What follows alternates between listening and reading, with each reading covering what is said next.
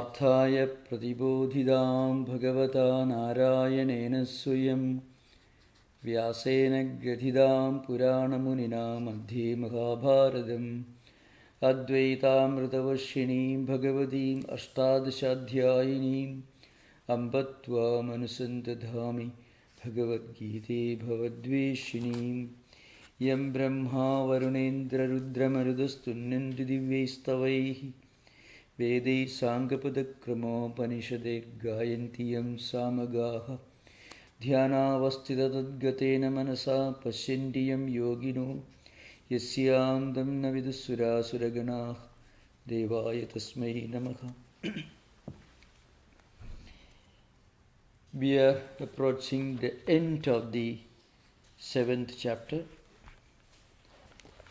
I think we discussed the 25th verse in the last session.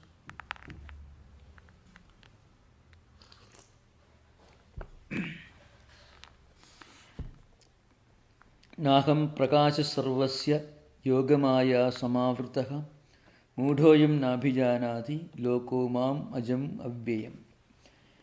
So, Lord Krishna characterizes himself in this verse as the eternal, the birthless, which also implies the deathless and the undecaying, the eternal reality. And what he implies is those who are under the influence of Maya, Yogamaya, I already explained, but I shall make it a little more clear in this session. They are not able to understand this absolute reality as the eternal and the changeless. Now, this verse will be further elaborated shortly before the chapter comes to a conclusion. Yogamaya, this idea is mentioned, Mudhoyam. A person whose mind is deluded is called a Mudha. Mohida Buddhi Yasya Saha. Somebody whose intellect is not able to grasp the reality. This frequently happens in our daily life at different stages. This happens and we call it confusion. That's a normal word we use, confusion, perplexity. Things do not appear to be what they appear, but they really are. And in place of reality, we see something other than the reality. These are two principles under which this particular phenomenon operates. The truth is hidden, and then in its place something else is projected. This happens very often in our everyday life. Very often when we are not able to make out the true nature of things in front of us, sometimes this can apply to our own feelings and emotions. We see something else in their place. So this concealment and projection of the false. The reality is concealed, and in place of the reality, something other than the reality is projected, which is false projection. This Maya, you should remember, when we use this Maya, now it has become a proper name among people. It's a feminine name. It has become a common name. People don't understand that it's not such a wonderful thing to call a person by. So Maya is not really a very beautiful name, really speaking. Maya means delusion. Maya means something that deludes our mind. And now, so long as we see the false projection, the reality is concealed. And so long as the reality is concealed, we will continue seeing the false projection. They operate together. As a philosophical principle, this is used by the Advaita philosophers to explain the strange mystery of the absolute reality appearing to be the relative. We can very often, now take our own everyday life experiences. When we become too worried, too concerned, which can cause sleeplessness, anxiety, and a lot of other serious problems. It's all because we forget the fact that what we see in front of us is not the absolute reality. And what is the absolute reality?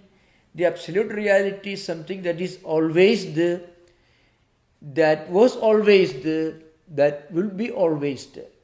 It will remain changeless in the past, present and future. When we lose a job, that jobless situation is not an eternal reality, because when you get a job and which you will get a job very soon, the situation changes. But when we worry too much, worry is natural, it is very humane. In fact, if you don't worry, either you should be a saint or a sage, or you should be something wrong with you. So, worry is very natural. In fact, the ability to be sensitive to the situations around us is one of the criterion for judging our sanity or mental health. But when that worry exceeds a limit, then you can see the operation of Maya. Because we forget the fact that the unpleasant situation in front of us can change very soon. When it may change to a pleasant situation. We forget that and we worry too much. Of course, it has the other side also. When we have a happy situation, that is also going to change. It may become unhappy after some time. Again, the happy situation will return. And this is called relativity. And relativity is the real expression of Maya in philosophy and in psychology. But in real life, Maya acts as the catalyst for every kind of worry, anxiety, too much of concern and all. So it has got once we understand this, it can help us in our everyday life. So I often mention this. When we know this is the nature of the world and life, then we don't worry about it. We face it. Suppose you know that after 10 miles ahead when you're driving, after 10 miles ahead, there is a traffic problem. So you anticipate, you expect it. When you're stranded, instead of wasting time, you may start reading a book, perhaps, or maybe those who are sitting near you may be reading a book. You may not be reading, you will be on the steering wheel, your hands will be in the steering wheel. But still you don't worry too much because you are expecting this 10 minutes delay. So once this awareness comes, it can help us to avoid worry and anxiety. So this is the real life situation linked to this metaphysical concept of Maya. Now here Lord Krishna says, very often we are not aware of this. And we often falsely believe, we delude ourselves into thinking that this traffic jam, it can happen in our life also, there can be a very long traffic jam. We falsely believe that this unpleasant situation will remain unchanging. You are going to remain in the middle of the road for the rest of your lifetime, which can never happen. But in real life, when we lose our mind, lose our balance, when the worry and anxiety exceed a limit, it's just like falsely believing that you are going to be stranded in the middle of the road, of the freeway for the rest of your lifetime. So this is very easy. So Maya is a very interesting principle. No one can escape Maya so long as you are living in this world. But you can escape the problems that can create for you by becoming aware of it. And Lord Krishna says, those who are not aware of this mystery of Maya, what happens? Ayam na bijanati. He won't understand, he doesn't understand my true nature. And he is not able to understand the true nature, the eternal, the immortal dimension of the absolute reality, Brahman or Atman. And this Maya is actually, it covers this illusion, it veils the light of truth, that Prakasha, Yogamaya Samavrutaka. It is covered or concealed, hidden by this Maya. What is Maya? Non-awareness of the fact that everything in this world is subject to change. Again, going deeper, everyone knows, every person knows actually, that you are not going to be stranded in the middle of the road for the rest of your lifetime. You may be 20 years old, you are going to live for, let's say, 90 years. 70 years, you are not going to remain in the middle of the road. It's a fact, everyone knows. Intellectually, we know. But what we know intellectually, we forget at the emotional level. So that's the main problem. A wide gap between what we actually know and what amount of that knowledge we can apply in our everyday life situation. So what we know at the intellectual level, we forget at the emotional level. And this happens in our lifetime. Once we can avoid this forgetfulness of the relativity, the changeability of everything empirical, once we can avoid this forgetfulness, if we can avoid this forgetfulness, then you don't have to worry about it.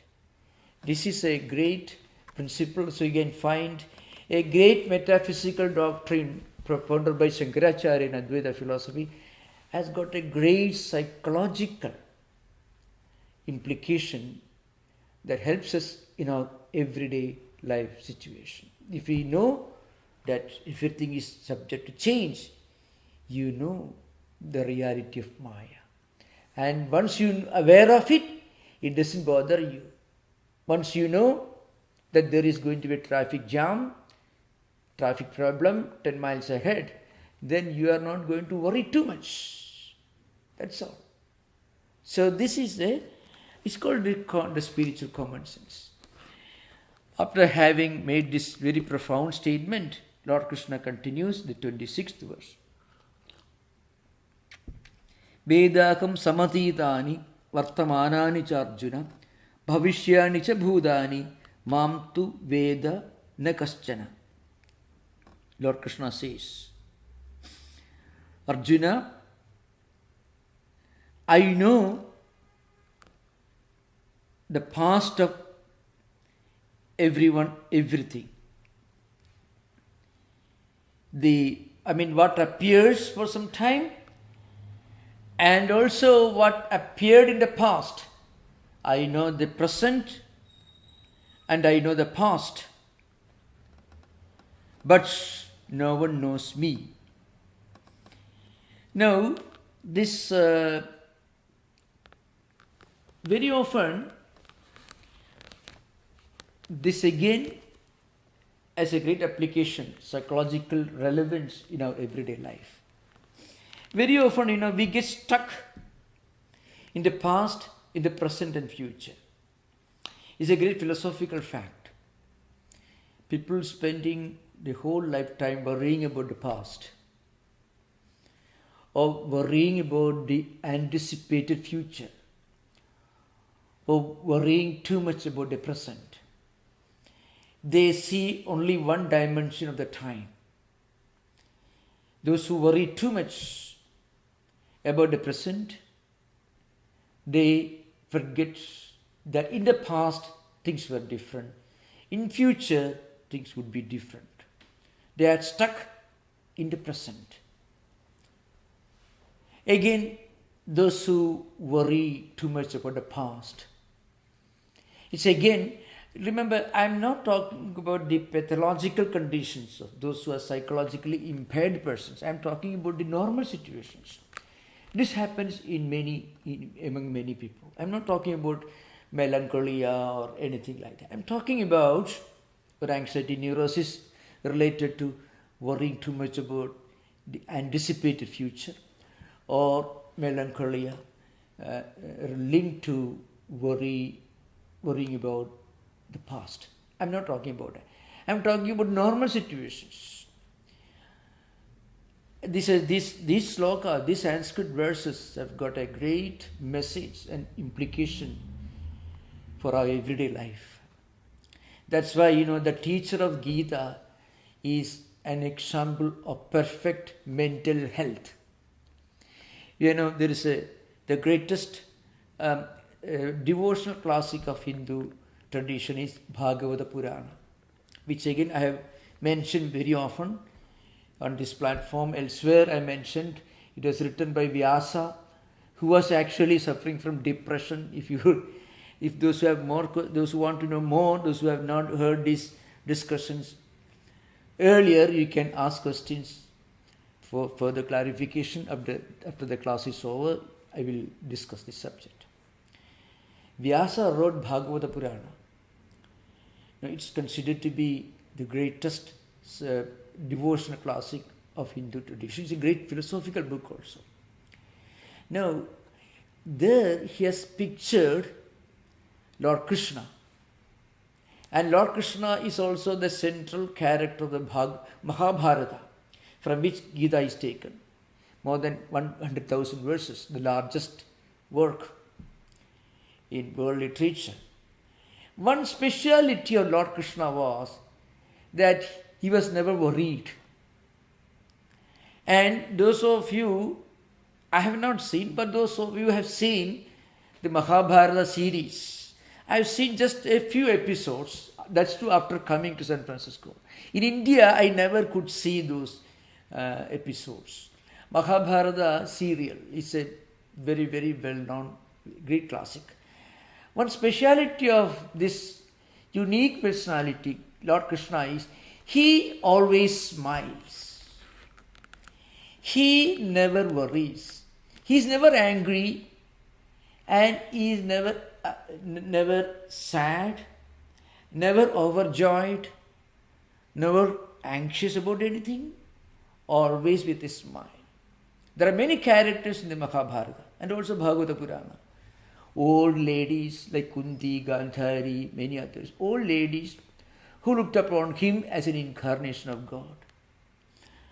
And Pandavas who looked upon him as their dear friend who saved them from all calamities.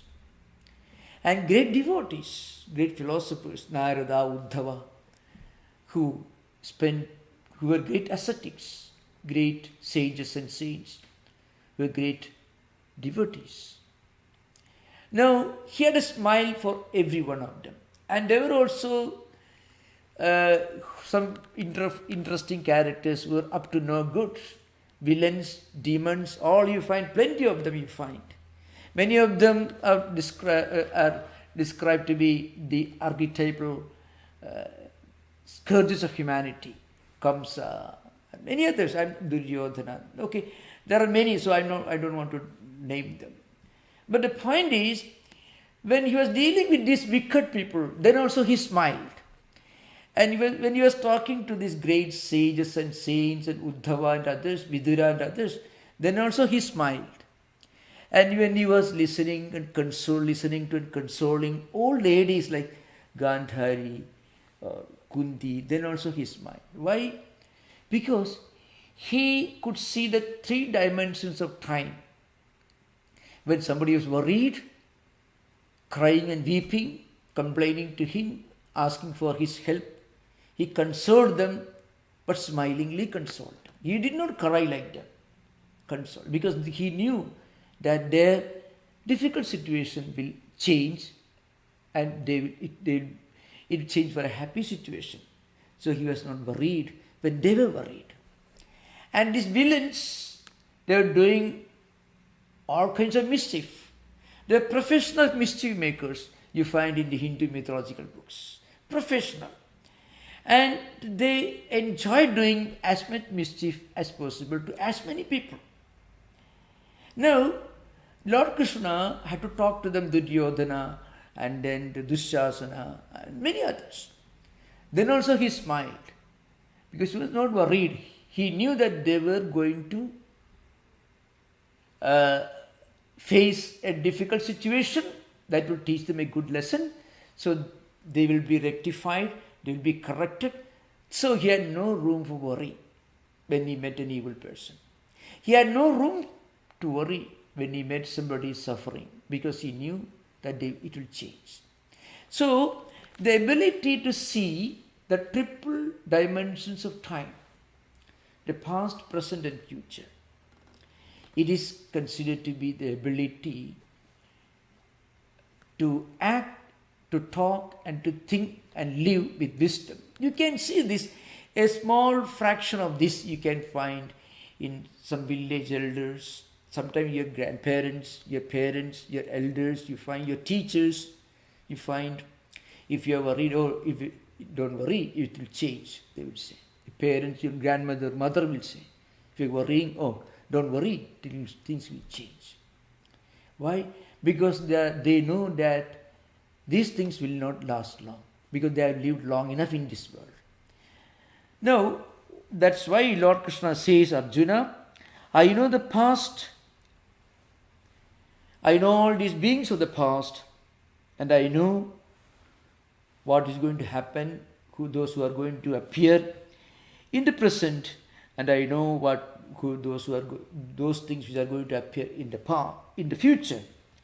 But the point is, those who get stuck in the past or in the present or in the future, they don't know me because I am beyond time.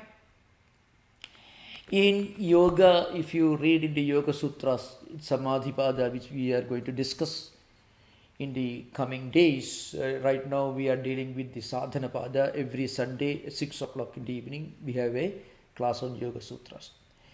So Yoga Sutras we find in the Vibhudipada, which discuss the ability, we discuss the powers that you get by practicing meditation, etc. One ability, one important mental, psychological ability that you derive by practicing meditation, etc., is to see far into future and to see the past in a different perspective and to face the present in a different perspective. This ability comes to a person either by meditation, by the practice of yamas and niyamas also sincerely, but by spiritual practices like meditation or prayer to God, your mind develops some of these unique qualities. Being level-headed, balanced all the time. One of the texts in Ayurveda describes a healthy-minded person. Prasannatmendriya manasostha iti abhidhiyate. What means is, who is a healthy-minded person? One whose mind and his physical metabolism and of course his spiritual health, everything is in perfect equilibrium. Such a person is called a sostha. Sostha means the healthy person. Mental health is implied here. The earlier part of this verse, samadosha samaknisa samadhatu malakriya. The earlier part of this verse describes the state of physical health, and the later part describes the state of mental health. So mental or physical health are interrelated, but there is a unique kind of spiritual health that you derive when you take to spiritual life. Now, that is much more profound and much more effective than attending any kind of management training program where you are taught to think positively, you are taught to think positively, you are taught to take everything positively. You may try, but immediately the dark clouds will reappear. But that may help for some time. But the point is, real mental health is possible only when you accept the changeable nature, the relativity, the non-absoluteness of all empirical experiences. Once you understand these things will come and go, then you are not worried, you are not perplexed. So that's the idea behind. That's why Lord Krishna says, I know those who belong to the past, the present and future. For those who are stuck here, they are not able to understand me. And Shankaracharya, the great commentator, has something very interesting to say. Very short commentary, but very profound. What he says is, Aham tu veda jane samadhitani samadhikrantani bhutani vartamanani cha Arjuna bhavishyani cha bhutani veda aham mam tu veda na kaschana madbhaktam madcharanam ekam muktva mattutva vedana bhavat eva namam bhajati. What Shankaracharya says is this: I know things that have already happened in the past, and what is happening now in the present, and what is going to happen in future. But they are not able to understand me. Either you should take to meditation and spiritual practice, or you should depend upon God. You should practice what is called in Hindu tradition and also in Christian mystical tradition. It's called Jewish mystical tradition. Also in Buddhism you find Buddham Saranam Gacchami, self-surrender. You completely surrender yourself to a transcendental divine reality. Then what happens, what happens? We become an instrument in the hands of a higher power, higher transcendental reality that is beyond time, that is beyond past, present and future. After all, we should remember the dividing line between the past and the present, and the dividing line between the present and future is only imaginary. There is no dividing line, really speaking. Every day we are moving to future, and the present is becoming the past, and the future is becoming the present, and the present also will become the past. So every day this is happening. So where do you draw the line between the past and the present and the future? The dividing line is only an imaginary line. So here Lord Krishna gives a clue how everyone can transcend this trap, this time trap, which is also a kind of mind trap. Because when you are stuck somewhere, you are lost. When you are able to look at the past, present and future with a degree of detachment, total equilibrium, then you are not worried. In fact, this is also the psychological principle of mindfulness. In mindfulness, you focus on what is there in front of you, but you also remember that it's going to change. So you are interacting with what is in front of you, living at the present, but you are also detaching, because you know this thing that you are that is appearing in front of you right now will also disappear. So Buddhist principle of Kshanigata means the philosophy or the principle, the doctrine of momentariness. When you look upon the whole thing as a flow happening in front of you, you don't get attached, you don't get trapped into a tiny chunk that appears as the present. That link which you are experiencing in the present is only part of the ever rotating, ever flowing, ever momentary flow is called. That's why people get a lot of mental relief. Why? Because you are focusing on what is in front of you, but you are also detaching yourself from it.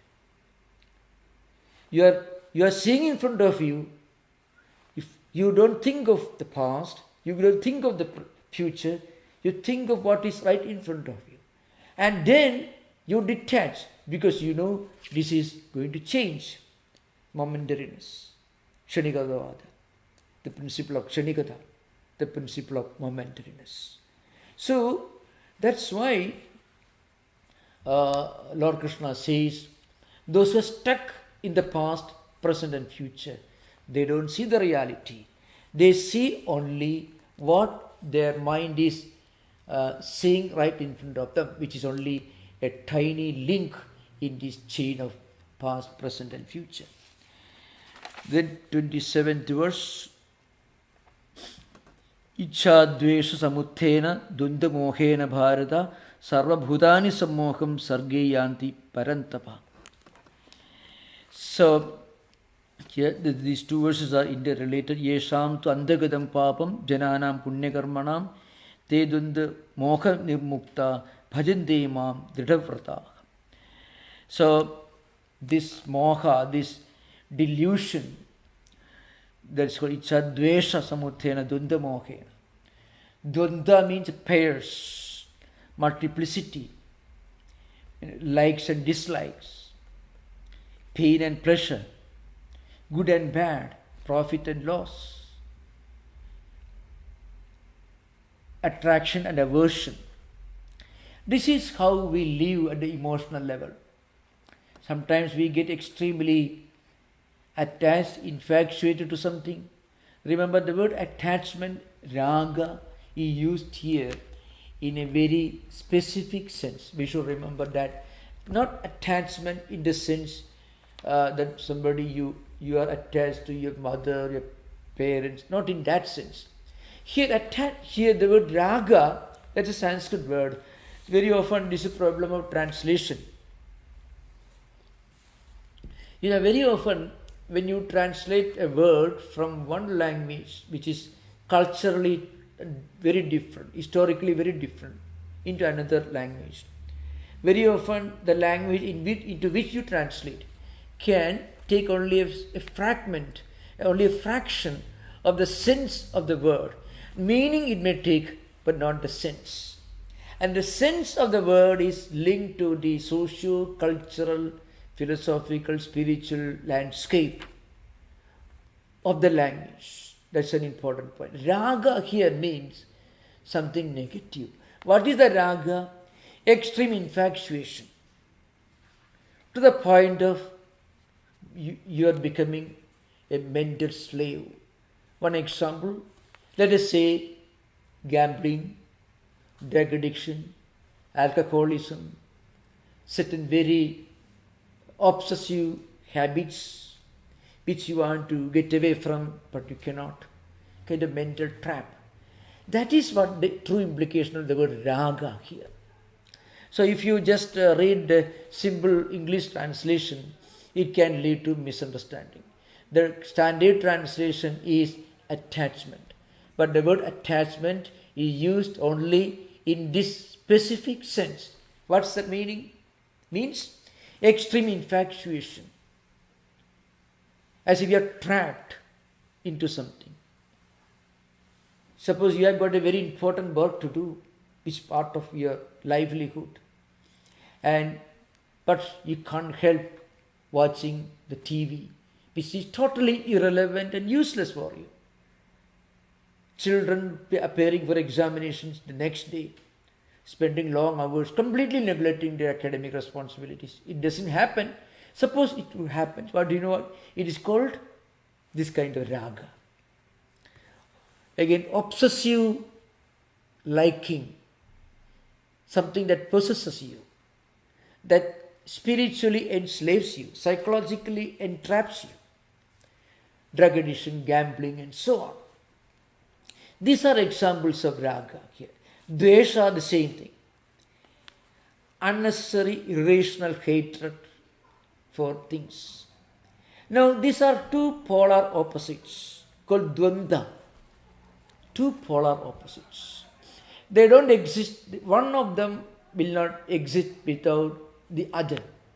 If you are infatuated in a very pathetic way to something from which you want to escape, then you will have some degree of aversion towards something else. One coin, it will have two sides. So Lord Krishna says, these polar opposites, they create this Maya, which he described in the earlier verse, just now.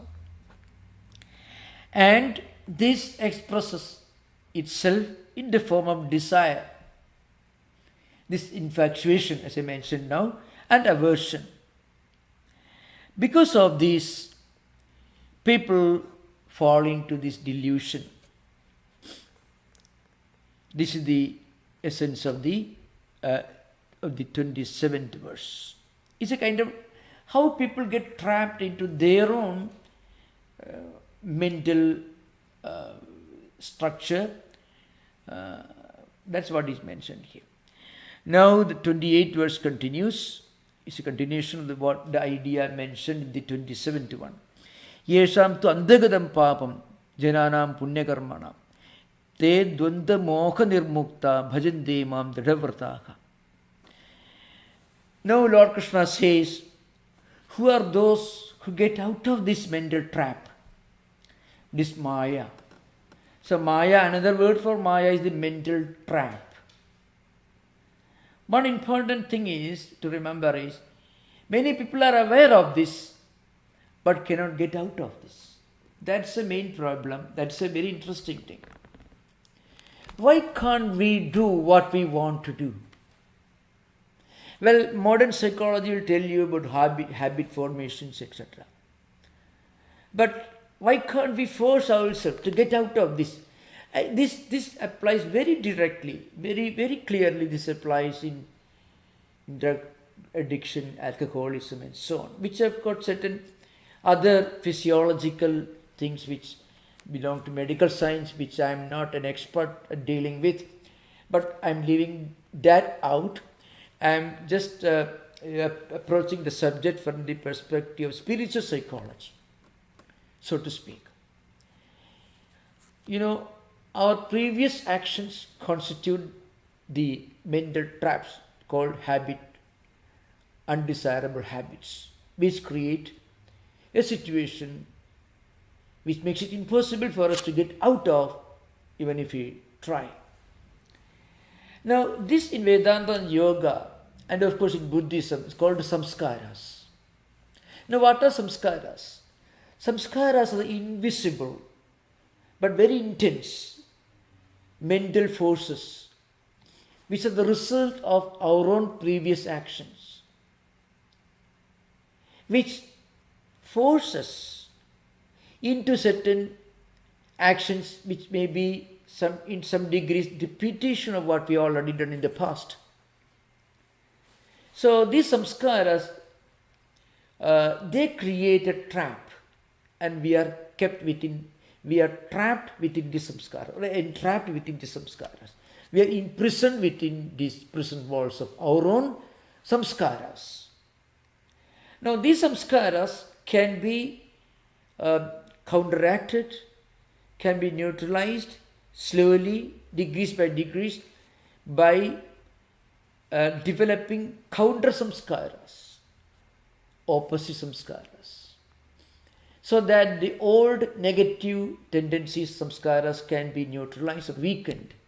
And as they get weakened, you find less and less conflict in doing what we actually want to do, though our habits may not permit us at the beginning, but still slowly the resistance to do something new, something positive, the resistance will get reduced by decrease. And this is what happens when you surrender to God. So, remember the previous verse? That's why, Yesham tu andagadam papam jananam punyakarmanam. Those who practice karma yoga, meditation, what happens, their negative samskaras, tendencies will slowly get neutralized, And then what happens? These problems will come to an end. They are able to get out of these problems, this mental trap. And then they will attain what is called chitta shuddhi in Sanskrit. That's why jananam punya karmanam. Those people who have a lot of virtuous deeds like prayer, meditation, doing good for others, these activities generate healthy samskaras. Without our being aware of it, our physical actions, even physical actions, will generate healthy mental samskaras, tendencies. Of course, physical actions at the grossest level. Mental actions will produce healthy samskaras more intensely and more rapidly. And once this happens, what will happen? They'll be freed. They'll be liberated from this prison, from this entrapment of delusion. These pairs, extreme infatuation and extreme aversion. Irrational infatuation to certain things and irrational anger or animosity, antagonism, or maybe aversion to certain things. And then what happens? They will worship me, they will understand me. That's why Lord Krishna mentioned earlier, those who practice prapatti, those who practice complete dedication, self-surrender to God, they quickly get out of this. I should tell you something about this. Psychologically, what happens? Now, this concept of total surrender as a spiritual tool is found in all the major traditions with a spiritual background, in all traditions with a mystical background, where a person, he is actually opening his heart and he places himself, his mind, his emotions, his feelings, everything at the feet of God. That's the language of monotheistic religions. Once this happens, then we feel we become empowered, we become spiritually reinforced, refined, and we are able to feel a huge weight being taken off our shoulders. So this is what happens here. This is what happens here. So when you feel that a huge weight is taken off your shoulders, you feel a kind of lightheartedness. That's because you have surrendered yourself. And the intensity and the sincerity of this surrender will quicken, will make this spiritual transformation faster and more intense. Just like I mentioned this earlier, suppose you have got one glass of, you have a glass here, and your glass is only, if it is half full of water, and you want to pour milk into it. If you fill the glass with milk, it will have only 50% milk, 50% will be water. If the glass is empty and you pour milk into it, the whole glass will be full of water. If we can empty our mind, what happens? All the negativity of the mind, negative samskaras will be emptied. And once they are emptied, the empty glass will be filled with pure milk of God's grace. So this is what we are going to discuss in the coming session. Now we will have interaction. Thank you. Most welcome.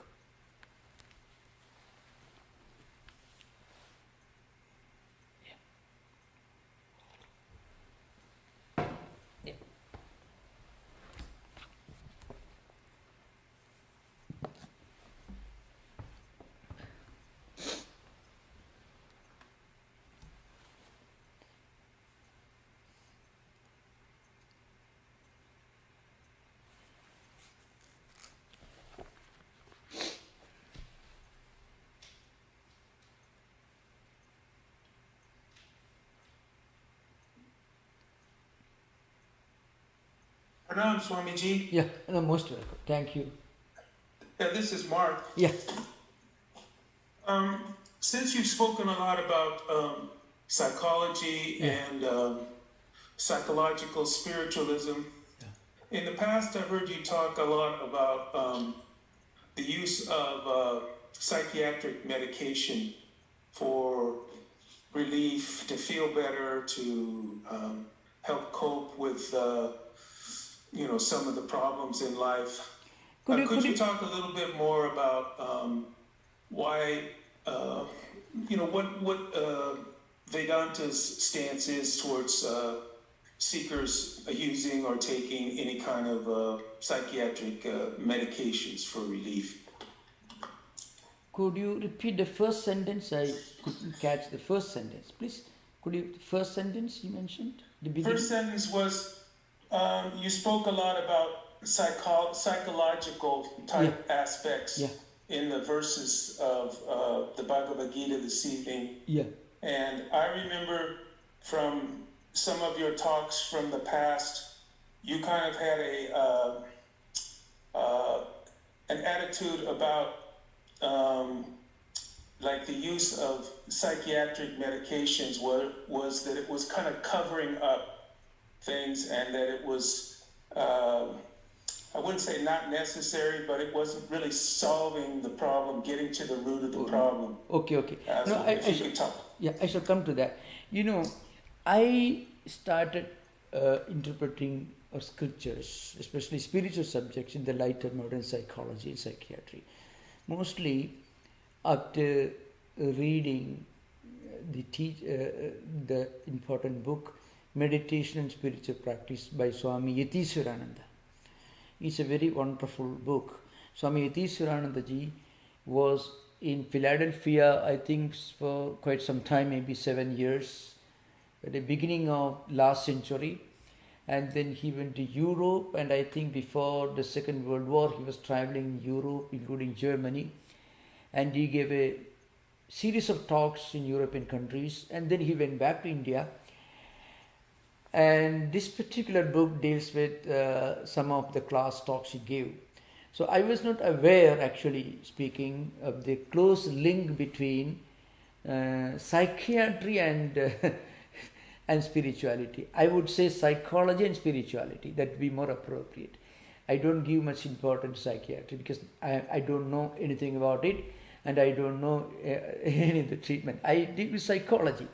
So I'm totally innocent of psychiatry. Please mention that. Read some books, but if you read, and that was the time when Swami Tattwamayananda was traveling Europe. That was the time when Jung was becoming popular and his works were becoming very relevant. So Swami Tattwamayananda refers to his teachings, and he tries to interpret some of the spiritual ideas in the light of the emerging trends in modern psychiatry and psychology in Europe. That is the pre-war date, before the Second World War. Now, there is a reason why psychology is important, why interpreting spirituality, Indian Vedanta spirituality in Western world. Because Vedanta is not asking you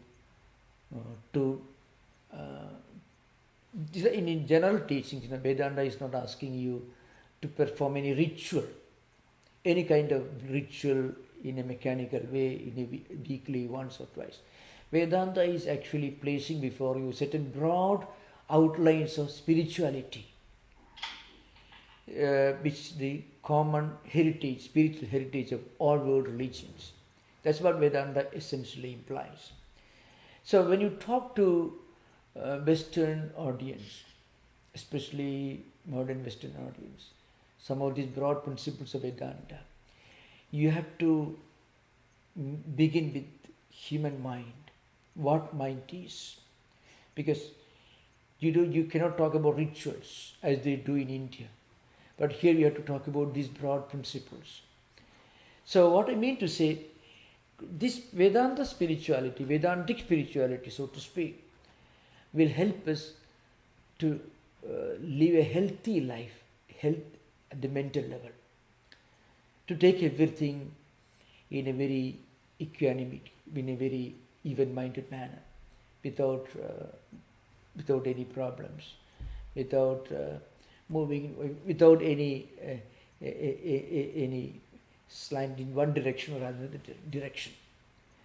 I don't know much about the medicine because I don't know those things. I'm not aware of those areas of knowledge.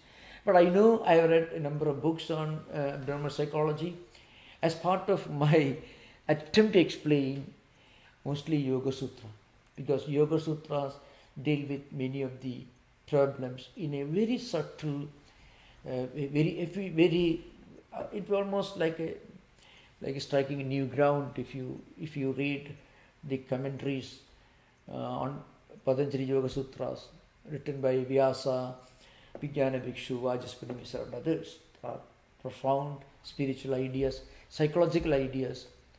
So it's in that context that I refer to these psychological ideas. Okay?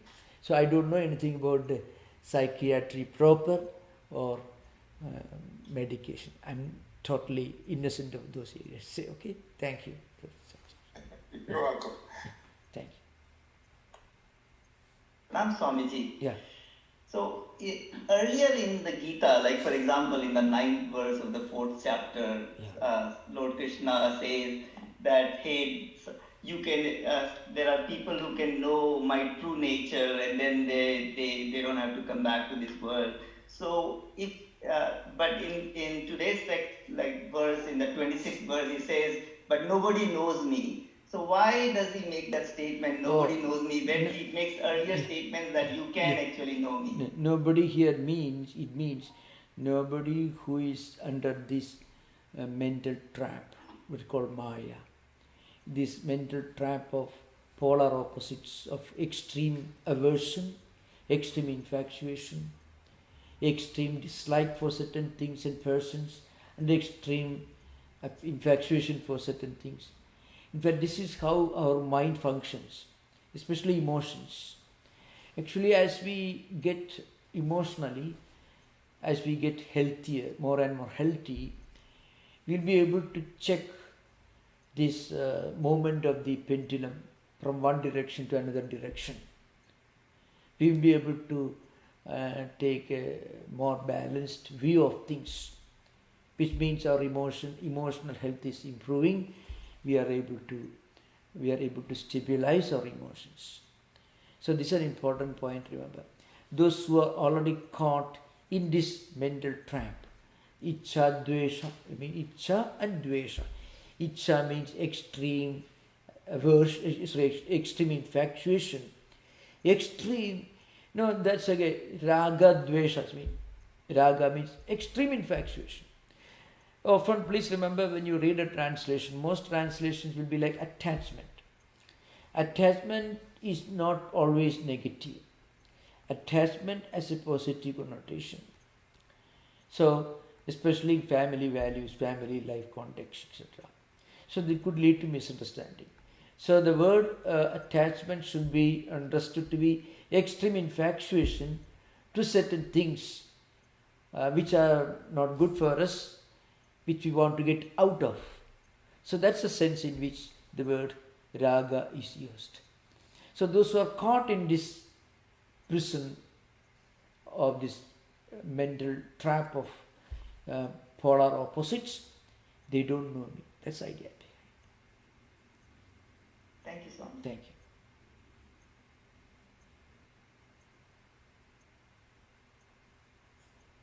you. Namaste, Swamiji. Namaste. Yeah.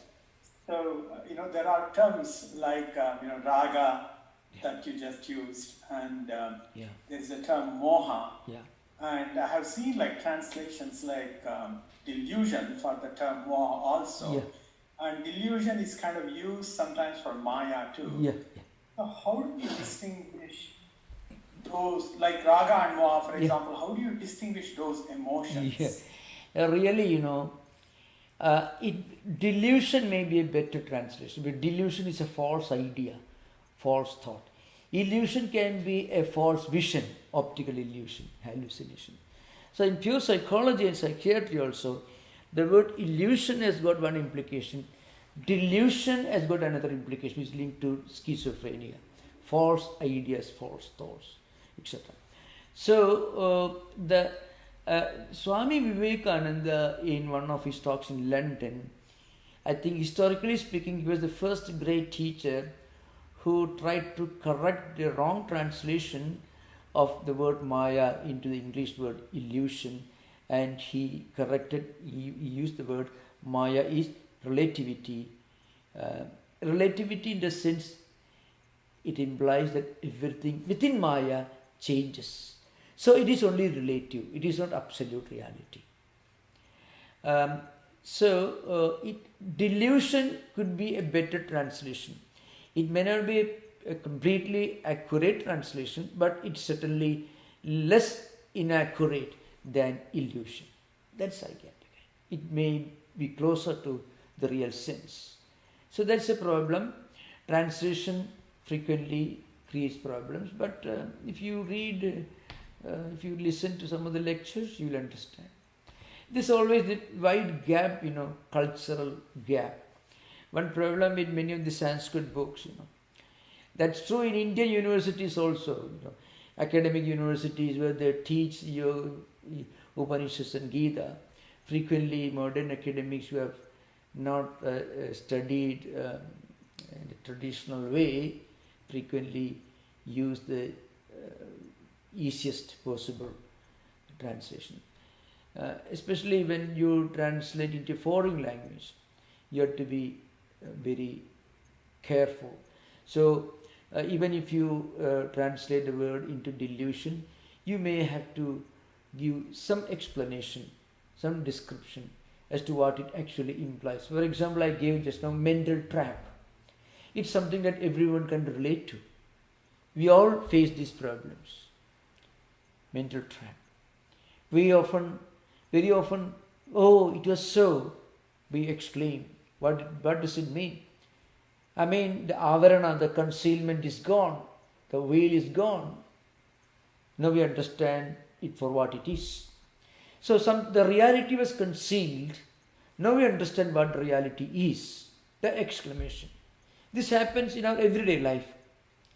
Now in a much more intense way, much more subtle way, this happens in our life. Frequently we get into this mental trap of extreme infatuation, extreme aversion, extreme hatred, extreme, very, very irrational attraction to certain things.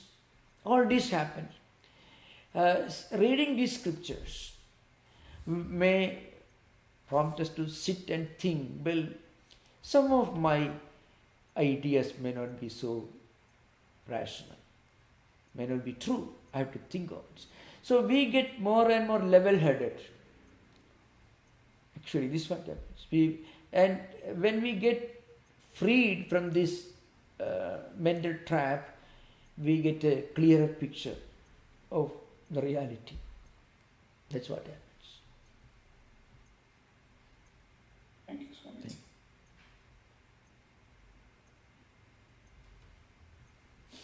Maharaj, namaskar. Namaskar. There seems to be a cottage industry in this culture for excessive nostalgia. And is it your view that these kinds of attachments or obsessions about the past are fundamentally escapist and unrealistic? Could you repeat once more? Sometimes, please repeat. Bobby, please repeat once more. Yes, is an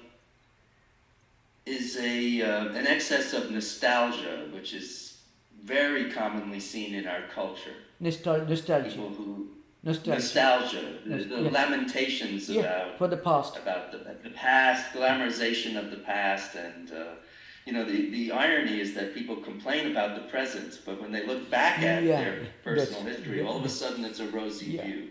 Is this a common effort to escape the realities of the present? It could be sometimes, not all the time. If you can relate, think of your heritage, cultural heritage, which is something glorious, then that is something positive, because that gives us a lot of encouragement, inspiration, a sense of meaningfulness, relevance in life. But there is something that's again related to psychology. Frequently, an unpleasant past may appear to be a pleasant thought after some decades, after some centuries. This happens, You may not like to go back to those times, but when you think of those hard times, difficult times that you have gone through, you feel a kind of enjoyment, a happiness. Though you are not really happy when you are actually experiencing those times. But still, right now when you think of those times, we feel like, oh, those were wonderful days. They were really not wonderful days when you are going through those days. So that is again, and I think that's a human predicament, human nature. But what Lord Krishna says, something very interesting, extreme. When you get stranded in this time wrap in one dimension, to the exclusion of the other two dimensions. Past, present, and future, 3 dimensions. What happens? Then you don't get the real picture of the reality. When you get caught in this time wrap in one dimension. So a wise person will not be swayed in one direction or that. He will say, so let us say, for example, what was the type of the world in which Christ was living? Certainly not much better than our own times. See, Augustus Caesar, Romans were conquering places, and actually the Second Punic War had come to an end 200 years earlier. The entire Western world was under Roman. Julius Caesar was killed not long back, and the Roman Empire from Jordan River to Hadrian Wall, huge. The Romans were certainly not so amusing, not so wonderful, compassionate people in their treatment of their enemies, those who were not Roman citizens. Do you think those times were really better than our times? Not at all. Roman tyranny. So think of Buddha's times in India. Maybe compared to Christ's time, Buddha was luckier. Buddha was recognized as a saint, of course, that's true. But again, there were wars and fightings going on. The Magadha Empire, the Bindusara Empire, they're going all over. So Buddha's times. So practically, if you can think of if you can just travel backward in the hypothetical time machine and stop at different places when these great men, epoch makers were living, Jesus Christ or Buddha, you don't find their times were so very good. Look at Lord Krishna's times. Very, very unpleasant times he had to live in. Lord Krishna's time. He's writing all these wonderful things. He's speaking all these wonderful things. But he didn't have a very good time when he was really living in this world. So his own uncle was up to no good. He was a tyrant. Lord Krishna's uncle Kamsa. You look at the history. So you can see that when you compare the past with the present, there is no real logical reason to feel, to pat on your back that those times were very good and these times are very bad. Not necessarily. So that actually gives you a sense of wisdom. That's why Oliver Goldsmith wrote, study of history makes you wise. His own imperative statements. So you can find, you are able to see these triple dimensions of time, the past, present and future, as one dimension, as one continuum. Then you are able to take everything in a more level-headed, in a more balanced perspective. That's the advantage. Yeah. Thank you for the question. Yeah. Thank you very much. Yeah. So, thank you for these wonderful questions. Namaskar. Om Shanti Shanti Shanti Harihi Om Tat Sat Sri Ramakrishna Arpanamastu.